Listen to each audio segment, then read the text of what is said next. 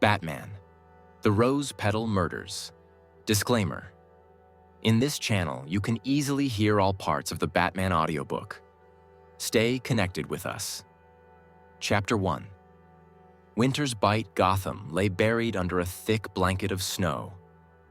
The city's lights fought against the darkness, flickering weakly beneath the heavy storm clouds that loomed overhead. Icy winds howled through the empty streets, whistling between the towering buildings that made up Gotham's skyline. It was a night where the city's most resilient souls stayed inside, hidden from the unforgiving cold. But not Lieutenant Jim Gordon. Gordon stood at the entrance of a luxury penthouse in the heart of Gotham's wealthiest district, staring at the snow-covered streets below. His breath rose in clouds of mist as he adjusted his collar, trying in vain to block the wind's bite. Behind him, the flash of red and blue police lights bathed the penthouse lobby in a morbid glow. The crime scene, a stark contrast to the wealth and opulence surrounding him. The door to the penthouse was ajar, and Gordon hesitated for only a moment before stepping inside. Inside, the warmth of the penthouse did nothing to alleviate the chill creeping through his veins. The scene before him was grim. Martha Delor, one of Gotham's most powerful and influential figures, sat dead in the center of the room. She was tied to an ornate leather chair, her body slumped forward, head hanging lifelessly. Her wrists and ankles were bound, red marks visible on her pale skin, a testament to her struggle before death. Dried blood matted her once perfect hair. Gordon's eyes traveled to her chest, where a single blood-red rose petal lay delicately atop her lifeless form. There were no signs of forced entry.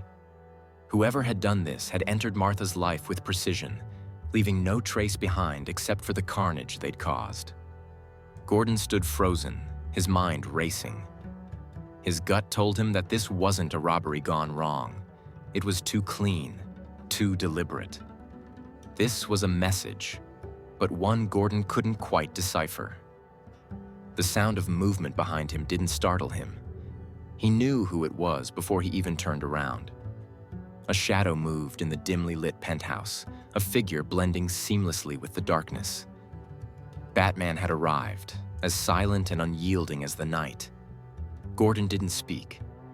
He didn't need to. The caped figure moved with purpose, stepping into the room as if he were a part of it, a predator in his natural environment. Batman's eyes were fixed on the body, taking in the gruesome details with a cold, calculating gaze. The air around him seemed to grow heavier, as though the weight of Gotham's sins had been drawn to him, as they always were. Martha Delor had been no stranger to controversy. As the CEO of Delor Industries, she had built her empire through ruthless ambition, cutting down anyone who stood in her way. Her latest project had only fueled that fire. The company had been developing a new psychiatric drug, Sarax, meant to treat severe mental health conditions. But whispers of corruption had spread like wildfire in recent months. Deaths had been linked to the drug, lawsuits were piling up, and Gotham's media had been relentless in their coverage of the scandal.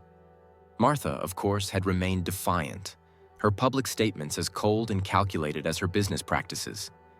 Now her enemies had outmaneuvered her in the deadliest way. Batman moved closer to the body, crouching beside the chair to examine the rose petal. His mind raced through possibilities. A rose petal, symbolic and deliberate, was not a typical calling card. There was more to this than a mere murder. This was a signal, a connection to something far deeper. The underworld had its own language, its own codes, and Batman had learned them all. He knew he had to act fast. The trail was already cold, but there were threads to pull. Martha's death wasn't just an isolated event. It was the tip of a much larger iceberg. He thought of her enemies, Michael Graves, her ex-husband, who had been embroiled in a bitter divorce that left him nearly bankrupt. Then there was Victor Radcliffe, a rival in the pharmaceutical industry whose company had been pushed to the brink by Delor's rise. Both men had motives, but something about the rose petal nagged at Batman. It was too precise, too theatrical. It hinted at something far more sinister than a business feud. Gordon paced the room, his frustration evident. The political pressure on the GCPD was mounting. Gotham's elite would demand answers, and they would demand them quickly. A scandal involving someone as high profile as Martha Delor threatened to shake the city's already fragile order, and if the GCPD couldn't deliver, Gordon knew the consequences would be severe. But Batman was already several steps ahead, his mind assembling the pieces of the puzzle before anyone else even realized there was one. He knew Gotham's underbelly better than anyone, and he could feel the ripples this murder had sent through the city's dark corners. There were forces at work, hidden beneath the surface, waiting to strike again.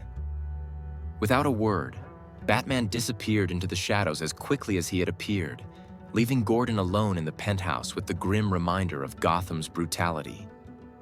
The weight of the night pressed down on him as he looked at Martha's lifeless form one last time. He knew this was only the beginning.